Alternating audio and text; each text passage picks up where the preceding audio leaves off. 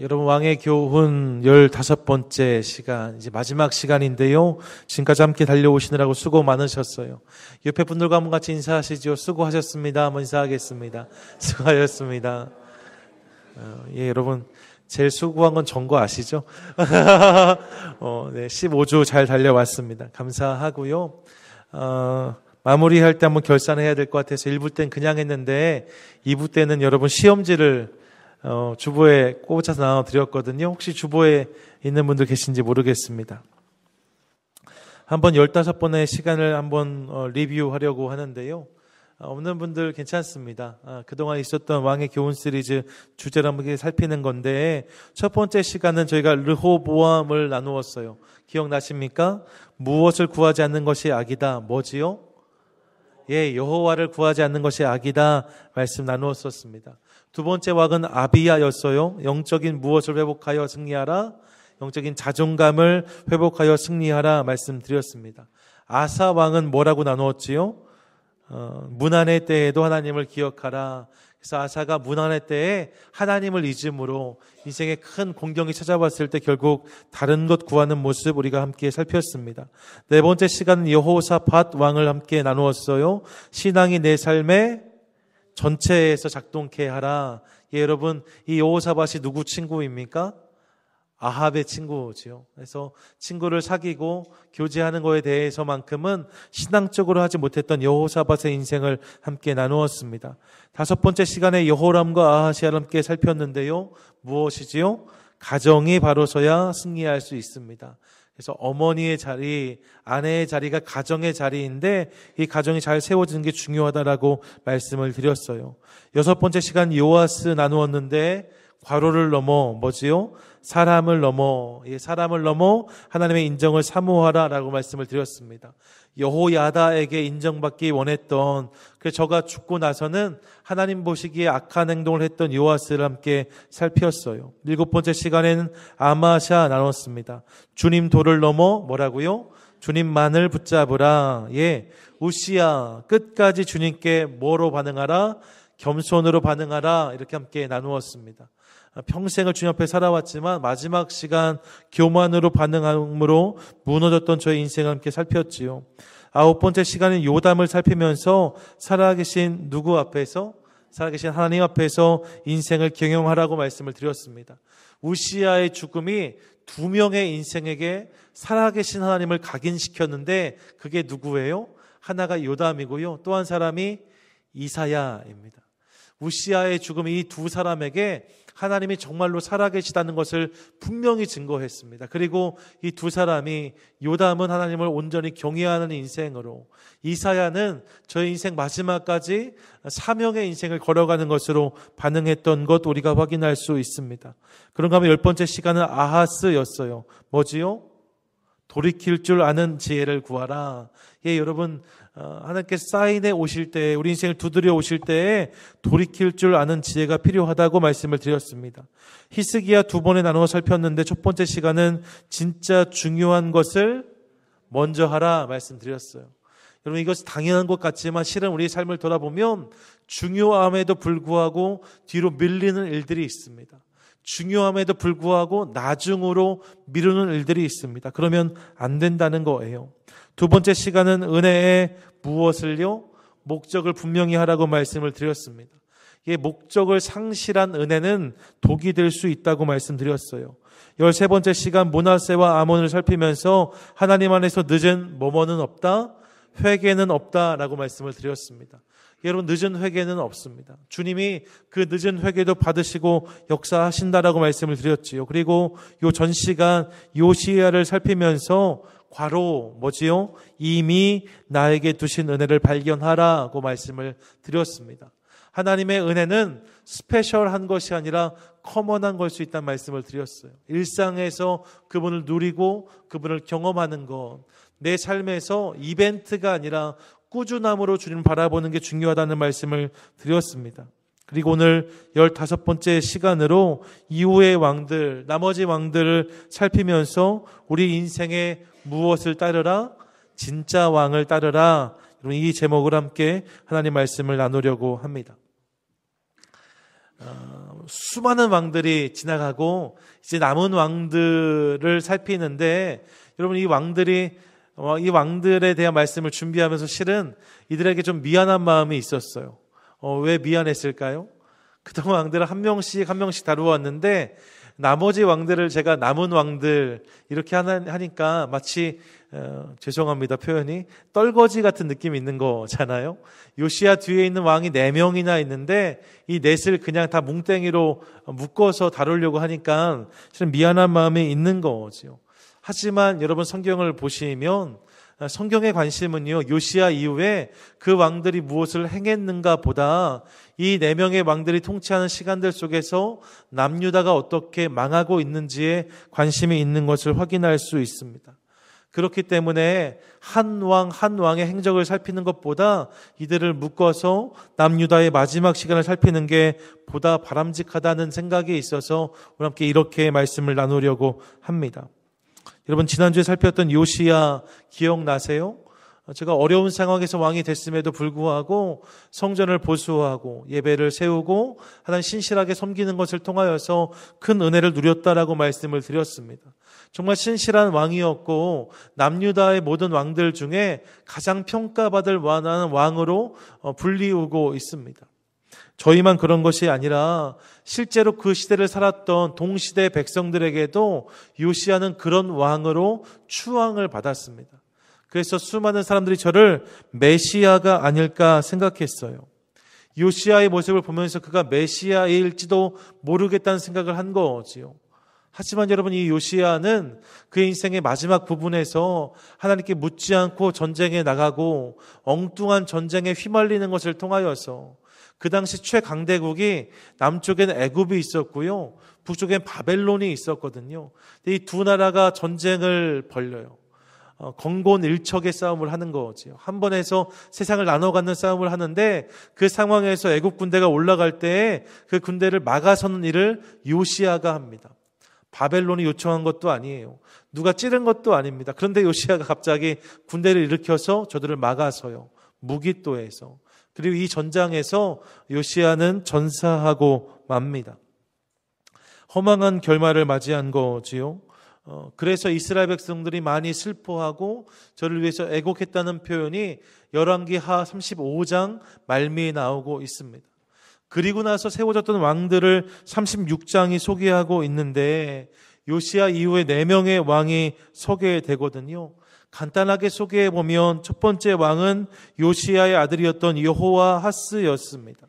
그는 요시야가 갑작스러운 변고로 이 세상을 떠나게 되면서 왕이 된 사람이었어요. 하지만 저의 행적을 살피기가 참 어렵습니다. 왜냐하면 이 여호와하스는 왕으로 얼마 동안만 봉직해요? 3개월밖에 있지 못합니다. 3개월만 왕의 자리를 지키고 이후에 요시야를 처단했던 그 애굽 왕 느고가 와서 이 여호와하스를 잡아가는 일이 생기게 되거든요. 그렇게 해서 요시야의 첫 번째 아들이 애굽으로 끌려가지요. 그 다음에 여호와하스 다음으로 왕이 된 사람은 여호와하스의 형제였던 여호야김입니다. 아마도 요시야의 첫 번째 아들이 여호와하스였고 그 동생이 이 여호야김이 아니었을까 생각해 봐요. 주목할 만한 것은 이 여호야김은 남한국 백성들이 세운 왕이 아니었다는 거지요. 그럼 누가 저를 왕으로 세웠습니까? 애굽 왕 느고가 저를 왕으로 세웁니다. 예, 여러분 이제 스스로 자신들의 왕을 세울 수 없는 지경에 이른 남유다의 모습을 볼 수 있는 거지요. 그렇게 여호야김이 왕이 되었고 11년 동안 저가 통치하였는데 그의 행함은 악한 것뿐이었다라고 성경에 말씀하고 있고, 그리고 이 11년이 지난 다음에 바벨론 왕 느부갓네살이 남유다를 쳐들어오면서 결국 그가 바벨론으로 잡혀갔다라고 성경이 그의 통치를 설명하고 있어요. 여호야김도 그렇게 사라진 거지요. 그리고 나서 그의 아들이 왕이 됐는데 그의 아들이 여호야긴입니다. 여호야김이 아버지고 여호야긴이 아들인데 여러분 이 아들도 살필 게 많지 않아요. 왜냐하면 갑작스럽게 아버지가 잡혀갔고 아들이 왕으로 즉위하면서 이 아들이 8살이었는데요. 불과 3개월 열흘이 지난 다음에 바벨론이 다시 이 땅에 쳐들어와서 이 여호야긴마저도 잡아가고 말았거든요. 그래서 저도 별로 살필 게 없다는 것 우리가 확인할 수 있습니다. 그렇게 여호야긴이 바벨론 잡혀가고 나서 그 다음 왕을 바벨론이 지명하는데, 그렇게 왕이 된 사람이 누구냐? 여러분, 그가 여호아스의 형제였던, 그러니까 여호야긴의 숙부라고 말하니까요, 여호아스의 동생 중 하나였던 시드기야예요. 그러니까 여호아스, 여호야김, 그리고 시드기야는 뭐예요? 형제지간입니다. 요시야의 첫 번째, 두 번째, 세 번째 아들이 아닐까라고 설명한 학자들도 있습니다. 이렇게 삼형제가 다 이런 난리를 경험하게 되는 거지요. 시드기야를 바벨론이 남유다의 왕으로 세웠는데, 그가 우리가 기억하는 남유다의 마지막 왕입니다. 하지만 여러분, 이 시드기야도 하나님 앞에서 선하게 이 나라를 다스리지 못했어요. 바벨론이 세운 왕이니까 오죽했겠습니까? 뿐만 아니라 저에게는 어리석음도 있어가지고요, 바벨론이 자기를 왕 삼았음에도 불구하고 바벨론을 쫓은 것이 아니라 왕이 된 다음에는 친애굽 정책을 펴니다. 그래서 애굽을 쫓아가고 애굽과 친하게 지내려고 해요. 바벨론 입장에서는 내가 저를 왕 삼았는데 저가 내 말을 듣지 않으니까 너무나 화가 났지요. 그래서 여호야긴은 잡혀갔는데, 그냥 포로로 잡혀갔는데, 바벨론이 이 시드기야는 처단하기 위해서 남유다까지 내려와서 예루살렘 사람을 다 함락한 다음에 시드기야의 아들들을 끌어내서 아버지 눈앞에서 아들들을 처형하고, 그리고 시드기야의 눈을 뽑습니다. 눈을 뜨고 인생에서 볼 수 있는 마지막 장면을 아들들의 죽음으로 그렇게 저에게 선사한 거지요. 그리고 그 시드기야를 바벨론으로 끌어가는 모습을 우리가 확인할 수 있어요. 여러분, 이 사건이 시드기야의 결국이었을 뿐만 아니라 성경을 보면 이 사건은 동시에 예루살렘의 완전한 함락과 멸망이기도 하였다는 것을 우리가 확인할 수 있습니다. 그렇게 기원전 587년에 남유다가 멸망하게 되었다는 거지요. 여러분, 이 나라가 어떻게 세워진 나라예요? 하나님께서 애굽에 있던 백성들을 출애굽시키셔서 광야에 40년 동안 훈련시키신 다음에 가나안 땅에 들어가게 하셨고, 그 땅에서 여호수아 정복 전쟁을 통하여서 그 땅의 거민들을 몰아내고 그 땅을 주셨습니다. 여러분, 그 땅에 세워진 나라가 이 나라입니다. 그런데 그런 저들의 나라가, 또 화려하게 세워졌던 왕조가 이렇게 몰락하고 마는 모습을 보면 씁쓸함을 금할 수가 없습니다. 어떻게 하나님이 세우신 나라인데 이 지경이 되었을까, 이런 생각을 하게 되는 거지요. 그러면서 여러분, 저들의 마지막 모습을 통하여서 이 역대하 36장을 통해서 우리가 중요한 몇 가지 사실을 깨달을 수 있습니다. 먼저 무엇을 깨닫게 되는가? 그들의 손으로 세운 왕이 결단코 그들의 구원을 보장하지 못했다는 사실을 우리가 먼저 깨닫습니다. 뭐라고요? 그들이 세운 왕이 그들의 구원을 보장하지 못했다고요. 여러분, 남유다 또 이스라엘이 왕을 왜 세웠을까요? 원래 왕이 있던 나라가 아닌데 왕을 세웠거든요. 그 왕을 세운 이유가 사무엘상 8장에 소개되고 있는데, 사무엘상 8장을 보시면 이스라엘 백성들이 마지막 사사였던 사무엘에게 와서 우리가 이웃 나라들, 이웃 민족들에게 맨날 노략질 당하고 침략을 당하니까 저들로부터 보호받기 위해서, 우리도 이기는 인생, 이기는 나라가 되기 위해서 왕을 세워달라고 요청하는 모습을 확인할 수 있습니다. 그러니까 왕을 왜 세웠어요? 보호받고 이기기 위해서 왕을 세운 것입니다. 그 목적으로 왕을 세웠어요. 하지만 오늘 본문을 보면 저들이 왕임에도 불구하고 자신들의 백성은커녕 스스로도 건사하지 못하는 왕들의 모습을 우리가 살필 수 있습니다. 역대하 36장에 나오는 왕들만 그런 게 아니에요. 사실 여러분 보시면 북이스라엘에 19명의 왕이 있었고 남유다에 20명의 왕이 있었는데, 누구 하나 여러분 저들이 이스라엘을 구원했다, 남유다를 구원했다라고 평가할 수 없습니다. 모두가 다 흠이 있었고 연약한 부분들이 있었어요. 그 왕들을 통하여서 이 이스라엘과 남유다는 흥하는 역사가 아니라 점점 망하는 역사를 써갔다는 것을 우리가 확인할 수 있습니다. 무엇입니까? 그들이 세운 왕이 결단코 그들을 구원하지 못했다는 거예요. 뿐만 아니라 저들은 본래 자신들을 위해서 왕을 세웠는데, 그러니까 왕을 세울 때 나를 위해 세운 거였거든요. 이후의 역사를 보시면 여러분, 자신들이 나를 위해 세운 왕이었는데 결국 어떻게 되냐면 그 왕들을 위해서 내 삶이 희생되었다는 것을 확인할 수 있습니다. 왕을 섬기는 자들로, 왕을 위해서 희생되는 자들로 백성들이 자리하게 되었다는 거지요.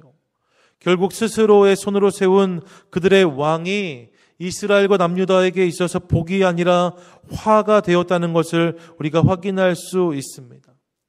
이것이 스스로 왕을 세운 결과다라고 성경은 말씀하고 있다는 것이지요. 이 사실을 함께 기억하고 싶습니다. 동시에 여러분, 이런 모습이 우리 삶 가운데도 있다는 것을 우리가 발견하게 돼요. 오늘 우리가 살아가는 인생을 보시면 여러분, 우리가 보다 윤택하고 편리하게 살기 위해 우리가 찾고 구하는 것들이 얼마나 많이 있는지 모릅니다.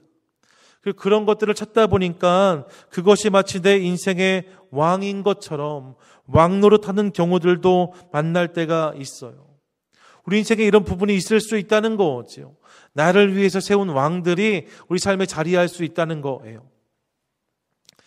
제가 아주 어렸을 때 저희 집의 첫 차는 하얀색 포니2였습니다. 저희 아버지가 그 차를 서울에 있는 중고차 시장에 가서 사가지고 내려오셨는데 내려오실 때 얼마나 좋아하셨는지 몰라요. 그 당시 흔치 않은 이 매뉴얼 스틱이 아니라 오토매틱으로 하는 포니2였는데, 포니2 아세요? 예.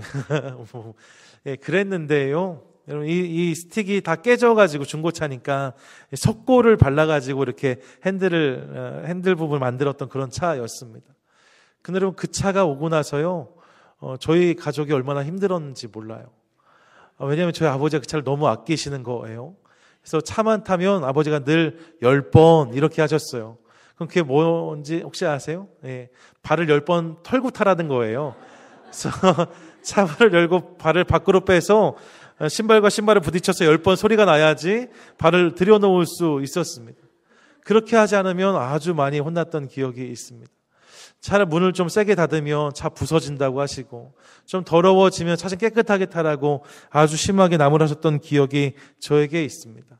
저한테만 그런 게 아니라 저희 온 가족에게 그렇게 하셨어요. 그래서 저희 어머니가 늘 그 차를 볼 때마다 저 차는 차가 아니라 차님이라고 말씀하셨던 기억이 저에게 있습니다.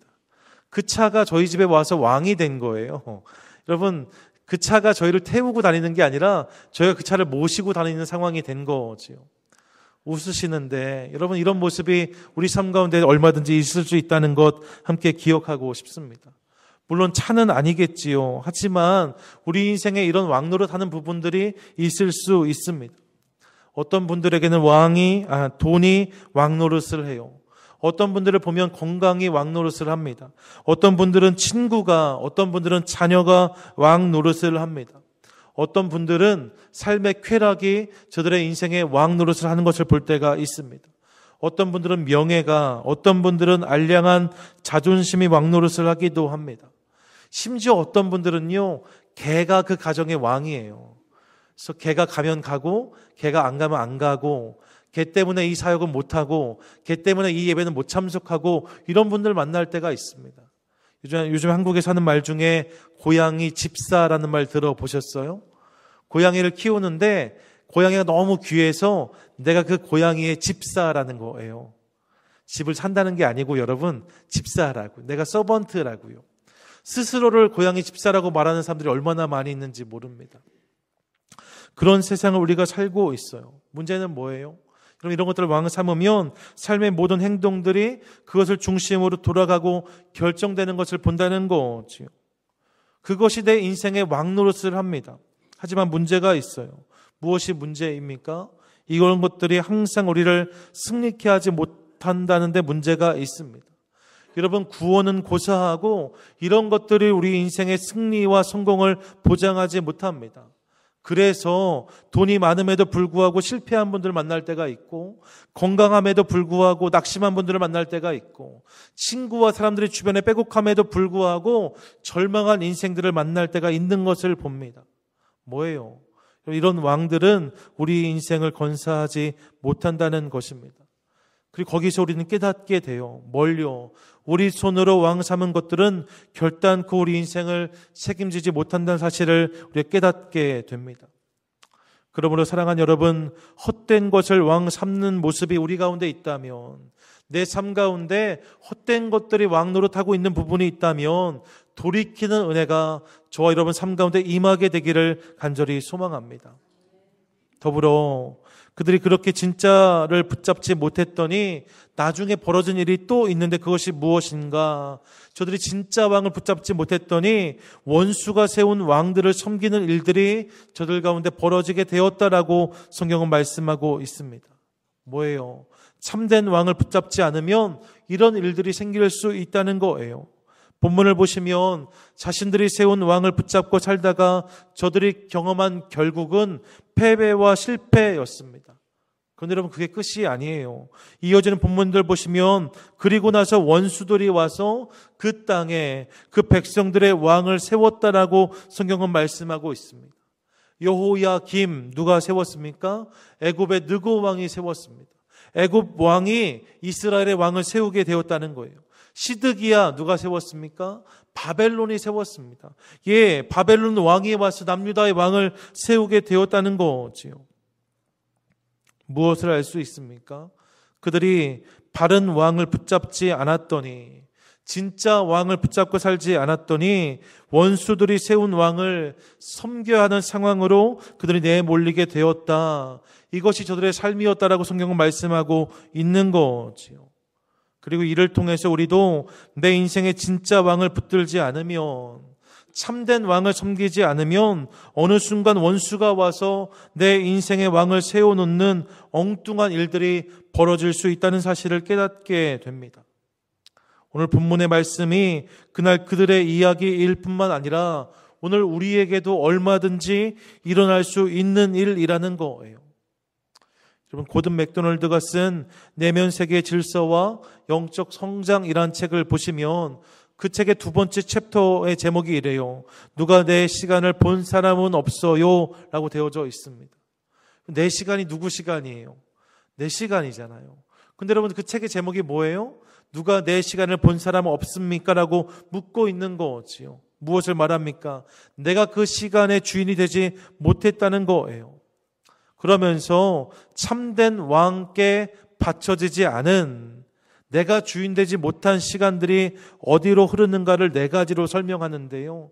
여러분, 시간이 어디로 흘러가는가? 내가 주인이 되지 못하고 내가 참된 왕을 섬기지 못하면 그 시간이, 내 인생이 첫 번째로는 나의 약점을 내 약점이 있는 곳을 향해서 흐른다라고 설명합니다. 내 강점을 강화하는 것이 아니라 내 약점을 메이크업하기 위해서 그 시간이 매일매일 흐르고 낭비된다는 거예요. 두 번째, 그 시간이 어디로 흐르는가? 내가 속한 영역에서 지배적인 위치에 있는 사람들의 영향력에 의해서 좌우된다라고 그가 설명합니다. 무슨 말이냐면 내 인생의 주인이 내가 되지 못하고 내 주변에 목소리 큰 사람이요, 주도적인 사람, 고집 센 사람, 여러분, 그들이 내 인생의 주인 노릇을 할 수 있다는 거예요. 세 번째 보시면 의미 있고 중요한 일이 아니라 긴급한 일에 시간이 소모된다고 그는 설명합니다.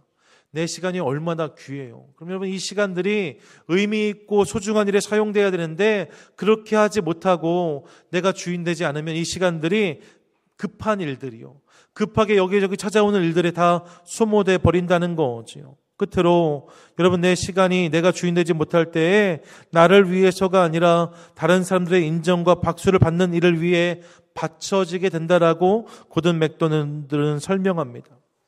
무슨 말이에요? 결론적으로 말하면 내가 주인 되지 못한 시간은 결국 내 시간임에도 불구하고 다른 것들을 쫓고 섬기는데 허비 될 수 있다는 거죠. 다른 것들이 내 인생의 왕노릇함을 통하여서 그 왕들에게 내 시간이 다 소비되는 것을 경험하게 된다라고 고든 맥도날드가 경고하고 있다는 것입니다.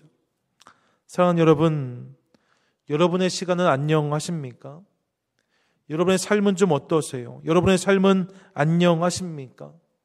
혹시 나도 모르는 사이에 이런 원수들의 속임과 꿰매 넘어가서 저들이 내 인생에 세워놓은 왕들, 그것을 쫓고 그것을 섬기느라고 내 시간과 내 삶이 다 낭비되는 모습은 없는가 우리가 돌아봐야 될 것입니다. 진짜 왕, 참된 왕을 알아보지 못하고 붙잡지 않으면 얼마든지 원수가 세운 왕을 쫓는 어리석은 일이 내 삶 가운데 일어날 수 있다라고 성경은 말씀한다는 거지요.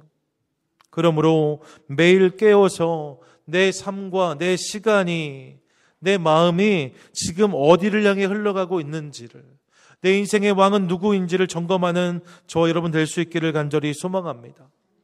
끝으로 그렇기에 오늘 본문을 통해 우리는 우리에게 바른 왕, 진짜 왕을 섬기고 붙드는 것이 얼마나 중요한 것인지를 한 번 더 깨닫게 됩니다. 여러분, 이것이 오늘 말씀뿐만 아니라 15주 동안 살펴온 왕의 교훈 시리즈 전체의 교훈인 거지요. 그 내용이 무엇입니까?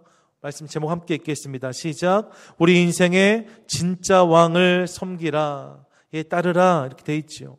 우리 인생의 진짜 왕을 섬기는 것, 따르는 것, 우리 인생의 참된 왕을 섬기는 것, 그것이 정말 중요한 일이라는 거예요. 사랑하는 여러분, 저는 저와 여러분이 잘못된 왕을 섬기고 따르느라 허비되는 인생이 아니라 우리 인생의 참 주인이신, 진짜 왕이신 하나님을 깨닫고 그분을 섬기는 승리하는 인생이 될 수 있기를 간절히 소망합니다. 성경 우리 인생에 있어서 우리가 정말로 섬겨야 되는 진짜 왕, 참된 주가 하나님이시라고 분명히 선언하고 있습니다. 창세기에서부터 하나님이 이 세상의 창조주이시고 만물과 모든 인생의 주인은 하나님이시라고 성경은 분명히 선언합니다. 또 사무엘상 8장 7절에 보시면 여러분 이스라엘 백성들이 자신들에게 왕을 요구했을 때에도 하나님은 그 왕들이 저들의 삶을 주장할 수 없음을 말씀하시면서 다른 왕을 세우는 것은 나를 버리는 거다라고 말씀해 주셨어요. 무슨 말입니까? 내가 너희의 왕이다라고 말씀하셨다는 거예요. 다른 왕을 세우는 것은 나를 버리는 거야 라는 말은 이미 내가 너희의 왕이다 말씀하신 거지요. 우리 하나님 우리 인생의 왕이시라는 것입니다. 사랑하는 여러분, 그러므로 오늘 저는 이 주님 말씀을 기억하면서 우리 하나님 우리 인생의 참된 왕으로 고백하고 따르는 우리 모두가 될 수 있기를 간절히 소망합니다. 우리는 항상 연약하고 부족하기 때문에 우리는 우리 스스로 우리 인생의 왕이 될 수 없어요. 그렇다고 다른 것들을 왕 삼고 그것을 쫓을 수도 없습니다. 왜요? 왕의 교훈 시리즈에서 우리가 경험했어요. 이 세상의 다른 모든 왕들은 그것을 세운다고 해서 저들이 구원을 보장받지 못한다는 것 깨닫게 되었습니다. 여러분, 다른 왕을 섬기고 따르는 것이 얼마나 위험한 일인지를 함께 나누어 왔습니다. 그렇다면 우리 인생에 있는 왕의 자리, 그 왕의 자리에 우린 누구를 모셔야 될까요? 성경 분명히 하나님을 말씀하고 있어요. 그분만이 우리 인생의 참 왕이시고 그분만이 우리 인생을 다스리실 수 있다라고 말씀한다는 거지요.